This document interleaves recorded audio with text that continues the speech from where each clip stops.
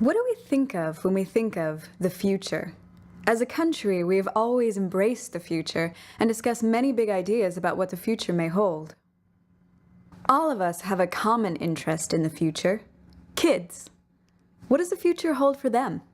Our current system is failing our kids and our country. We know that America is falling behind. We are not getting kids where they need to be in reading, science, and math. Education is a critical part of the solution to every problem we face.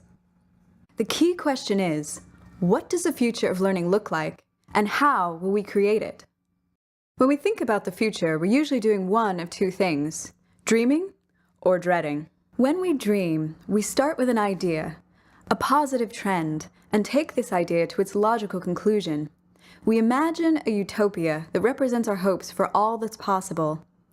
Maybe that idea is a belief in the promise of technology to transform learning. What would that look like?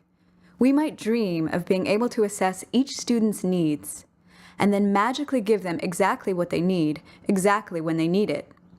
But this is impossibly perfect and simplistic, ignoring the complexities of the learning process. When we dread, we start with a fear, a downward trend, and we likewise play out this idea to its logical conclusion. We imagine a dystopia, one filled with our fears of what might happen in the future. Here, the very same issue, the use of technology in the classroom, might veer off in a completely wrong direction with dreadful outcomes. Kids trapped in a matrix of robotic instruction. Of course, this is equally simplistic and ignores technology's potential. Whether dreaming or dreading, our role in the future we imagine is usually passive, where the future is something that happens to us and to those around us. But there's a third way we can think about the future. Between dreaming and dreading lies designing. For designers, the future isn't a far-off place. It's a place where they work every day. Design is a form of activism. We imagine the future we want, then pick up the tools to start building it.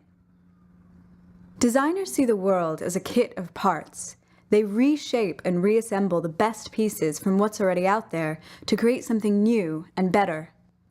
So what does it take to rethink learning? It's not about replication.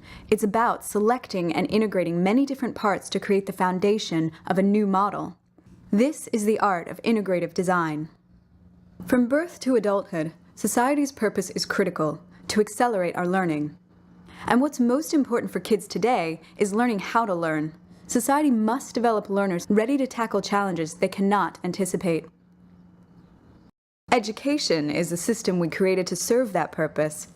Over 100 years ago, we invented modern schooling to send kids to one of three main places: the factory, the farm, or the university. We always lost some kids, but this model provided a middle-class life for most and economic growth. With the decline of good jobs, kids had nowhere to go. Retail increasingly offered the only alternative. We lost even more students to dead-end futures. More high school graduates tried to get into college, but found they were not prepared for success, academically or financially. Fortunately, community colleges emerged to help people re-engage in their own learning and seek new pathways forward. They helped many students get back on track, but most students still found their way to community college on their own, or by accident. Today, far too many kids exit the K-12 system feeling stuck. Our model of school is broken. To understand how it's broken, we need to look inside.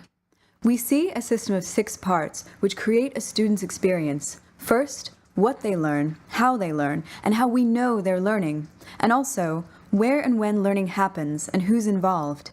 How we configure these parts determines how kids move through the learning process. More often than not, these parts form rigid barriers blocking the way forward or putting kids on the wrong path. Various innovators have focused on adjusting one or two of these parts to help kids move forward. This has spurred important progress. But this approach is not the answer. What we need is learning integrated, by design, addressing all parts at once rather than one or two in isolation. When we get this right, we make it possible for kids to accelerate their learning, to move forward in the direction they want to go. The best design models require kid power. Students must apply themselves to the learning process. It's our job to give them this chance, and we believe that's more possible now than ever before. Our research shows that a few key attributes are central to the new models we need. Future of learning models must be personalized, learner-driven, applied, cost-effective, and tech-enabled. And of course, kids don't power this system on their own. For every model, a set of outside conditions can either block its progress or help it take off and really work for kids. Without the right conditions, better models cannot take hold and scale. But just imagine what the future of learning would look like if we aligned these new models with the conditions that help them succeed. It would be a future where schools help kids get what they need to become successful learners and to accelerate their learning. But while school remains critical, it's not the only place where learning happens. Kids must be able to explore all their opportunities for learning, both in school and beyond.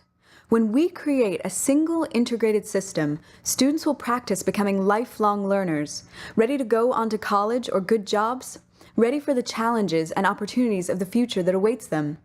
This is society's new purpose. We're already mapping this new learning ecosystem.